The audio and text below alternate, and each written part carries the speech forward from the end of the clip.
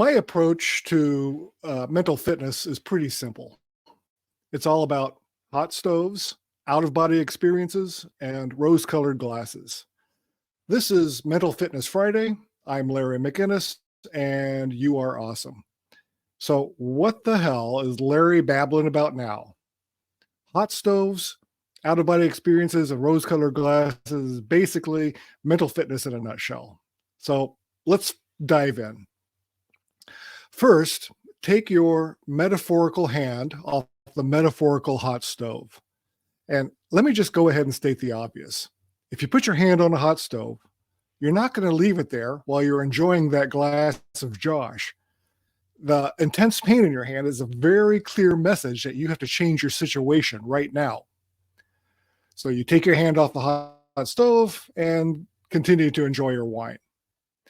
But for some reason, people will keep their brains on the hot mental stove. They'll wallow in painful negative emotions like hate and self pity and bitterness for days or weeks, sometimes for the rest of their lives. Somehow they've gotten used to that kind of suffering. And even though your brain knows the difference between the burning pain in your hand and the heartache of rejection, the same areas of the brain get activated. And that's why emotional pain, like heartache, can feel the same as the physical pain of the punch to the chest. Now, when you experience negative thoughts and feelings, stop. And before you can tell me that's impossible, zip it. Fancy pants researchers at the University of Cambridge found that suppressing negative thoughts can actually be good for mental health. And they found that those thoughts don't necessarily come back any stronger. So, second, you're probably having an out of body experience. 95% of our thoughts are repetitive, and most of those are negative. When you dwell on the same old shit on an endless loop, you're having an out of body experience and you're stuck in your head. Those thought distortions are created by saboteur neural networks that get stronger every time you have those thoughts. Now, Buddhism describes thoughts and feelings as like clouds that come and go in the windy sky. And it also teaches conscious breathing as an anchor. And it tells us that our thoughts and feelings are not permanent as much as the saboteurs would try to convince us otherwise. Now, I'm not saying to force happy thoughts, but what I am saying is that we can observe our thoughts without attachment or judgment and recognize that they're not permanent. Simply allow them to pass naturally, just like clouds in the sky. And now that you're out of your head, let's get back into the body. Let's do a 30-second exercise. So you can do this with your eyes open or closed. And now focus your fine attention on the temperature of the air as it enters your nostrils.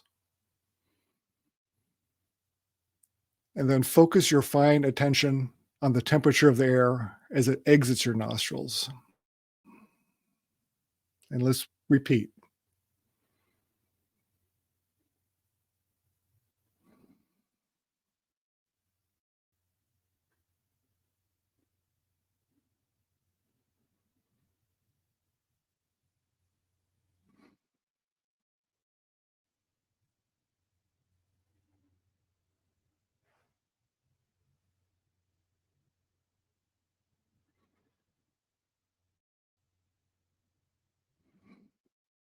Longest 30 seconds ever, right? This kind of exercise strengthens the sage part of the brain just a little and weakens the saboteur part of the brain just a little. Just like 30 seconds of bicep curls strengthens your arms just a little. But with repeated exercise, you get mentally stronger and physically stronger over time. And now, third, put on those rose tinted glasses. In other words, choose how you're going to see the world. Now, I recommend the SAGE perspective, which is every outcome or circumstance is a gift and opportunity. And I admit it does sound overly rosy, but I became a true believer the day I was sitting in the front of an ambulance racing my daughter through oncoming traffic to the ER. I couldn't see the opportunity. I didn't think I could make a gift, but all I could do was open myself up to the possibility that those things existed. And in the end, well, so far, that emergency trip to the hospital created an opportunity for my son and his mom to reunite for the first time in years, and for a woman to recertify as an EMT. And my daughter's fine. Now, the SAGE perspective isn't new, it's just repackaged wisdom.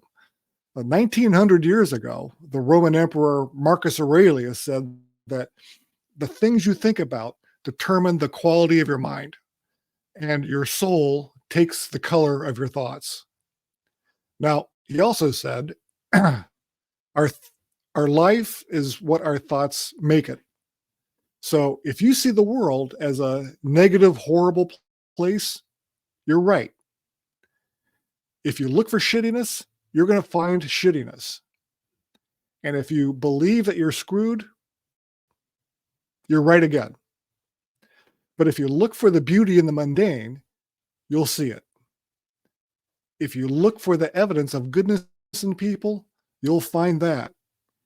And if you decide to see the power that you do have over your life, which is largely how we think, well, you're going to have quite a bit of power. And that's it. Stop thinking negative thoughts, get out of your head and into your body, and choose to see the gifts and opportunities in life. Easy peasy. So I will see you next week at this time on Mental Fitness Fridays.